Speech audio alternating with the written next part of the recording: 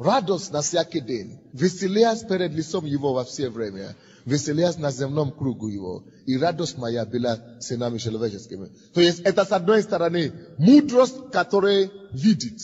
Мудрость, которая есть художница. Мудрость, которая рисует, которая видит невидимого.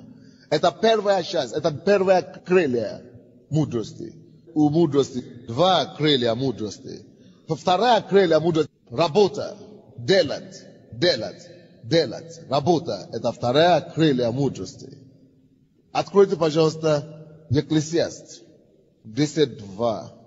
Екклесиаст 10.2. Вторая крылья мудрости. 10.2 Екклесиаст. Сердце мудрого на правую сторону, а сердце глупого на левую. Мне нравится там. На английском Библии, которую я дома читаю, по-другому написано. Сердце мудрого правой рукой написано. Есть ли у кого-то такой перевод? Сердце мудрого правой рукой. Да? Как по-украински? Есть ли там? Да, вот тут так и написано. Сердце мудрого на английском мы читаем. Правой рукой его. Но сердце глупого в его левой. Потому что левая рука – это рука, которая не рабочая рука. Правая рука – это рука рабочего. Правая рука – это рука работы. Спасибо. Работа. Сердце мудрого правой рукой. Бог дает его сердце. Что такое сердце? Сердце – это жизнь. Сердце – это ядро. Если сердце остановится, жизнь останавливается. И Библия говорит, что у мудрого сердце его – это его правая рука. Сердце его, правой руки его. Вы представляете себе значение сердца? Если сердце прекратится существовать, человек умер, значит. Человек мертвый. И написано, что у мудрого сердце его в его правой руке. А что это обозначает? Это значит, что его работа – это его жизнь. Работа для него, он понимает, это то, что высвобождает его и делает его состоятельным. Когда Бог создал человека, первое задание, которое он дал ему, иди работай. Потому что Бог понимает, что через работу человек осуществляет себя как личность. Многие из вас, вы думаете, я себя не реализую как личность. Почему? Потому что не вышла замуж, мне уже 42 года. Ерунда, потому что вы неправильно воспитаны, неправильно учены. Вы думаете, что это замужество осуществляется в жизни. Наоборот, замужество, даже некоторые люди только губят в жизни. Поэтому это не фактор, абсолютно. Поэтому до замужества, Бог так и сказал, Бытие, 2 глава, 15 стих, он сначала что делал? Поставил человека и сказал ему, на тебе Эдемский сад, на тебе пол. Возделывай, храни, состоится сначала, осуществляйся сначала, а потом только додумался, после того, как кто-то уже нарушил работу. Может быть, не нарушил ему быть одного, найдем ему жену. После того, как он уже осуществился как человек. Если вы, будучи не женатым и не замужем, не состоялись, брак вам не поможет состояться. Когда я приехал в Советский Союз, я вижу, что люди выходят замуж 18 лет, 17 лет, 20 лет. И я с одной сестрой разговаривал, я говорю, здравствуйте, сколько вам лет? Она говорит, я не скажу, а почему? Ну, потому что неудобно. Я выбил, она говорит, 24. Никто не берет, я говорю, почему никто не берет? 24, как раз еще не доросла. Она говорит, я уже старушка, знаешь, старая дева. Кто тебе сказал? Она говорит, не все говорят, я говорю, ерунда. Это неправильный менталитет, чтобы 18 лет, 24 лет уже старая дева. Ты еще не готова выйти замуж вообще 24 года. Ты еще не зазрела, ты еще ребенок 24 года. Тем более 18. Потому что ты еще не состоялся ничего. Бог никому не разрешает, не позволяет, не рекомендует. Он, конечно, разрешает, каждый человек имеет свое выбор. Но никому не рекомендует выйти замуж или жениться, пока ты не найдешь свое призвание. И пока ты не приступишь к осуществлению этого призвания. Поэтому тебе 30 лет или 37 лет, ты еще спишь на полу маминой квартиры. Мама носит своего ребенка, и ты тоже носишь своего ребенка, внучка, мама, ты не поймешь, где мама, где внучка. Ну есть такое же. Где ты живешь? Маминой квартире. А твой брат? Папиной квартире. А где вы оба? Glisroga u vas kwatire trakom na tek matira. Mama ni uspela ve puskasa, papa ni uspela ve puskasa. Brat prishol vigenu sa ishos for you jenu, mas se stra vez ta tava isos for you muja privil, ici va dum couche ka kuri seli te plate kaketa. Ce n'est pas mieux que da kavo pada e tout. Desquisa. Na pesana sto i shelovek astavil asas wo ivo. I raditelis for i, ki materis for i. Astavil i prilepiu sak jeunesse for ye. Ça. I adnoi kom na te kvatire papa ne no mama no brate ne jena vad ne kom na te kvatire. Na vai tat kro vapshe shove poyele. Beti da. No ne shivo. Beti ye. Ara glava. Хорошо. 7 и 8 стихи. И создал Господь Бог человека из праха земного, и вдунул в лице его дыхание жизни. И стал человек душею живою, стал жить. Так? И сразу, после того, как Бог создал человека, стал жить, и насадил Господь, посмотрите, куда Бог его повел. Насадил Господь Бог рай, в Эдеме на востоке, и поместил там человека, которого создал. Видите, он повел его куда? На работу, в сад. Я вам это докажу, 15 стих. И взял Господь Бог человека и поселил его, 15 стих, в саду Едемском, чтобы возделывать его и хранить его. Вот. Иди работать, чтобы возделывать и хранить. Чтобы, для какой цели? Чтобы. Это прежде чем, чтобы он вообще не думал, что существует такой дефицит жены. Бог даже ему не дал намек, додумался, что у него что-то не хватает. Когда Адам, Бог создал его и повез его работать, Бог видел в этом как одну цель. У меня много потенциала в тебе, Адам. В тебе заложено много чего. Ты создан, чтобы хранить землю. И возделывать его. В тебе много потенциала, и в земле много потенциала. Только после того, как Бог его поместил в Эдемском саду, и он начал возделывать землю, вы знаете, что случилось? 10 стиха по 14, там река появилась.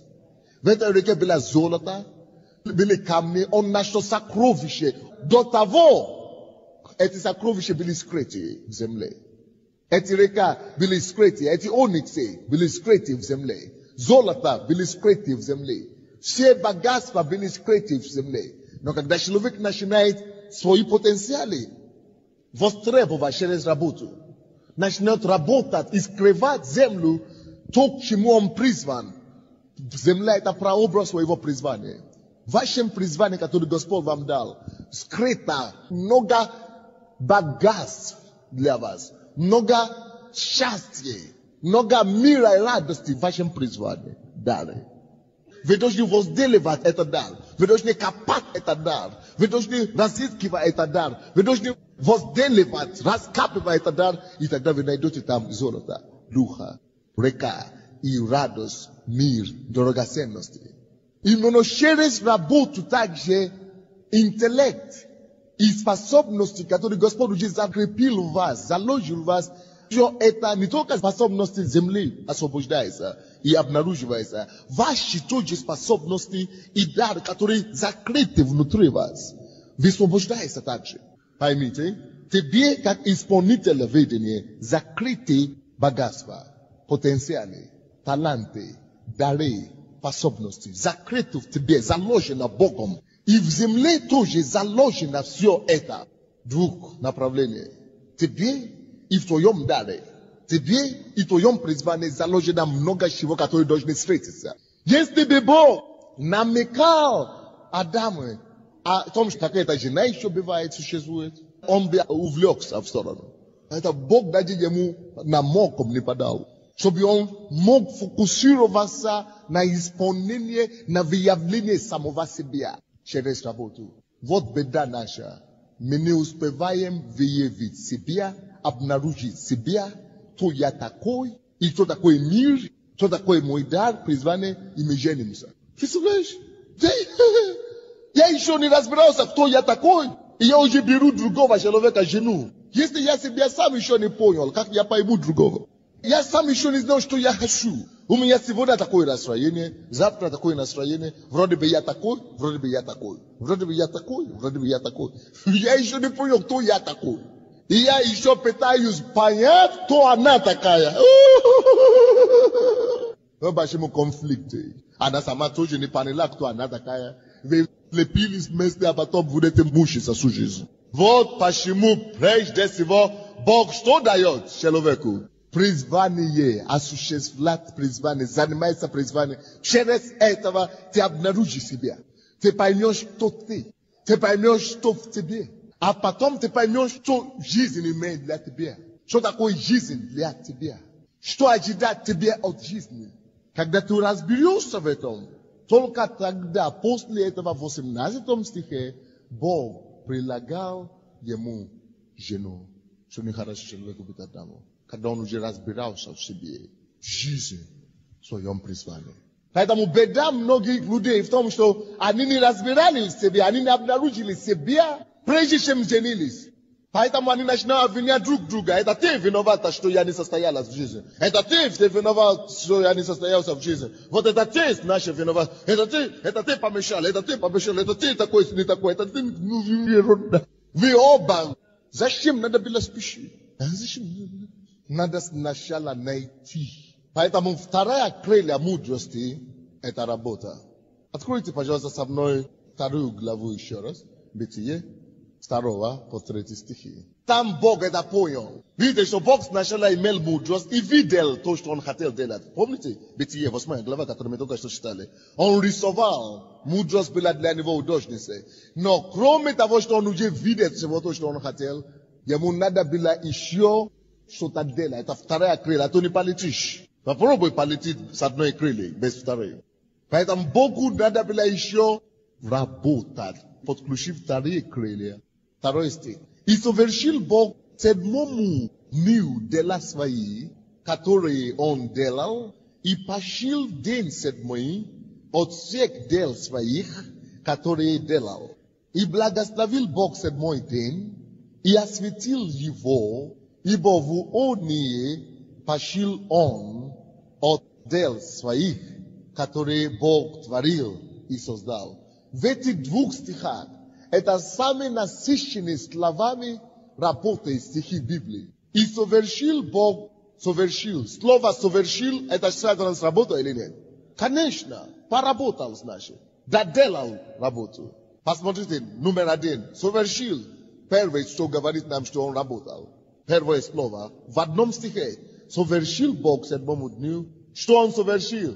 Дела свои. Второе дело. Совершил дела. Обратите внимание. Бог совершил дела именно свои. Причина для многих несчастья в нашей жизни, это потому что мы занимаемся не тем, то, что нам принадлежит. Дайте Бог определить для себя свои занятия. Ты призван быть бизнесменом, а ты идешь преподавателем работать. Поэтому ты несчастлив. Каждый должен заниматься своими делами. Правильно? Бог занимался своими делами. Это уже 2 раза мы видели работу, да? Которые он что делал? Делал. Это уже 3-й раз. Слово делать. Слово работать в одном стихе. И пошил. Пошил же тоже связано с работой, не? Отдохнул. От чего люди отдохнул? От работы. 4-й раз пошил. В день 7-й от всего. Всех дел свой. 5-й раз. Которые что? Опять делал. 6. Одни слова работать. Одни слова делать. Слово работать в одном стихе 6 слов. Нету мудрости без работы. Нету мудрости без осуществления. Нету мудрости и нету царствования без труда. Не просто работать как таково, как чтобы где-то числиться, как мы с вами делали благодаря коммунизму. Что такое работать Божьей с точки зрения? Если вы идете только на работу, лишь бы числиться или получить зарплату, вы не поняли ничего абсолютно. Мне так понравится, что, как Майсморо говорил, еврейский значение слова «работать» обозначает «работа». Иди работай, да? Это значит «иди», когда Бог сказал Аврааму «иди работай». Он фактически ему говорит «иди осуществляйся». Работа или работать, значит осуществляться, состояться, реализовываться. Поэтому работа предназначена для того, чтобы скрытые в нас потенциалы, скрытые в нас способности и дары были высвобождены для реализации, осуществляться. Поэтому мы работаем не для денег и не ради денег. И работаем не просто, чтобы чиститься где-то, когда мы себя обманываем, мы себя губим. Поэтому каждый из нас должен идти на ту работу, где он чувствует, что он осуществляется, он выкладывается. Поэтому у рабочего человека, искренне рабочего человека, не должен быть регламент работы часов. Если вы еще работаете по регламентам, по часам, вы не поняли. Работающий человек всегда работает. Он всегда делает, потому что он знает, что тем больше я делаю, я осуществляю, я не ради кого-то делаю, не ради начальника. Начальник будет все равно рад. Но я это делаю ради себя прежде всего, чтобы все, что у меня есть, чтобы умереть пустым, чтобы все то, что у меня есть, выложиться наружу, осуществляться. С одной стороны, высвободить все то, что у меня закрыто в меня, и с другой стороны, работа помогает мне обнаружить скрытые потенциалы, скрытые дары, богатства в этом даре, в этом месте работы, где я работаю. Копаю в этом деле, чтобы видеть, какие еще там возможности. Вот что Бог делал. Для него работа обозначала это. И когда он говорит нам идти работать, он не имел в виду ради зарплаты. Зарплата это уже просто дивиденды работы. Это всего лишь дивиденды. Поэтому, если вы работаете ради зарплаты, вы сами несчастливый человек на земле. Вы должны делать то, что вы видите, что это мое. Или же, вы должны работать только там, где вы чувствуете, что вот это ступень, это для меня является ступенью моему месту предназначению, моему месту царствования. Но мои глаза на то место царствования, где я должен дойти. Поэтому написано, что мы должны быть верным малым для того, чтобы Бог поставил нас над Божьим. Мы должны быть верным чужим, чтобы Бог мог нас поставить на своим. Работа, важная крылья мудрости. Работа. Вы должны работать без регламента, без рабочего времени. Работа для меня это сражение против времени. Я в поисках. Я должен успеть исполнить, passar столько, сколько Бог полагал. Но это для жизни. Это написано, что сердце мудрого в его правой руке. Это вопрос жизни. Работа это вопрос моего осуществления как человек вообще. Это моя жизнь. Я был создан для какой-то цели. Поэтому мудрый понимает, что работа это моя жизнь. Я осуществляю эту цель, которую Господь мне дал. Поэтому сердце мудрого, его жизнь, зависит в его правой руке. Он делает работу, зная, что жизнь это была доверена ему для какой-то поставленной задачи Бога. И моей работой я реализирую, остаюсь и делаю эту работу. Вот о чем речь. Поэтому сердце мудрого где? Правой руке его. Это моя жизнь. Когда Бог тебя создал мир, Он определил какую-то работу, чтобы через твои руки Царство Божье утвердилось на земле. Еще Он тебя не родил. А потом Он уже имеет цель. И ради этой цели Он придумывает рождение человека. Так что жизнь твоя непосредственно связана с этой задачей Божьей. Так что жизнь твоя связана с той работой, той целью Божьей, которую ты должен осуществлять. Да человек разумный, он понимает это. И поэтому он берет его сердце в его правой руке. Он работает для того, чтобы эта жизнь могла выполнить эту задачу, ради которой она была рождена. Поэтому сердце мудрого в его правой руке в работе, которую он осуществляет, чтобы его жизнь могла реализовалась. Чтобы когда он пойдет на небо, он мог говорить, что там ничего уже не осталось, я уже решил, когда он может спокойно пойти на небо. Это как апостол Павел, как Иисус, все совершилось. Тогда можно идти. Я так умру. И я не умру молодым. Я сделаю все, что Бог послал делать. И тогда не будет стыдно встретиться. И вы тоже. Но это только мудрость, мы можем вообще понять, что Бог поставил. Как это понять, что Бог вас поставил? И дорога к твоему величию тоже поможет вам знать, какое ваше призвание. Даже сам Бог работает, живет для работы. Он, потому что он мудрый, сердце мудрого в правой руке. Один день только в неделю отдыхает, седьмой день. Даже в воскресенье он работает. Потому что Бог Иисус говорит, что отец мой до ныне работает. Я его видел. Она говорит, почему ты работаешь в субботу? Потому что отец мой это делает, я это сам делаю. Так что отдых для Бога не обозначает, что вообще не работать. Это значит, что уделить, пребывать покой. Покой наш это кто? Христос. Суббота наша это кто? Христос. Покой наш Христос. Мы пребываем в нем. Так что седьмой день для нас это обозначает поклонение. Поклоняться Богу. Это не значит не идти на работу. Есть некоторые религиозные люди. Пастор, в воскресенье нельзя в офис зайти и подписать бумагу. Какая ерунда. Самое главное, чтобы ты служил Богу. Каждый день нужно служить Богу и работать. 3 стих. И благословил Бог седьмой день и осветил его, ибо он и пошил от всех дел его своих, которые Бог творил и создал. Это значит, что Бог закончил. Евангелие от Иоанна, 5 глава. Евангелие от Иоанна, 5 глава. Что Иисус говорит по этому поводу? 17 стих. Евангелие от Иоанна, 5, 17. Иисус же говорил им, отец мой до ныне работает, и я работаю. На русском написано, отец мой до ныне делает, и я делаю. Но на оригинале, в греческом написано, отец мой работает, и я работаю. И на английском тоже. Представляете? Отец мой всегда работает, и я всегда работаю. Кто хочет быть как Иисус? Кто хочет быть как его Отца Небесного? Что нам надо делать? Вот почему для христианина нету пенсии. Мы никогда не видим на пенсии. Я никогда не выйду на пенсию. Потому что пенсия для меня это в Царстве Небесном. Для вас тоже. Бог приготовил уже вот такой пенсию для нас.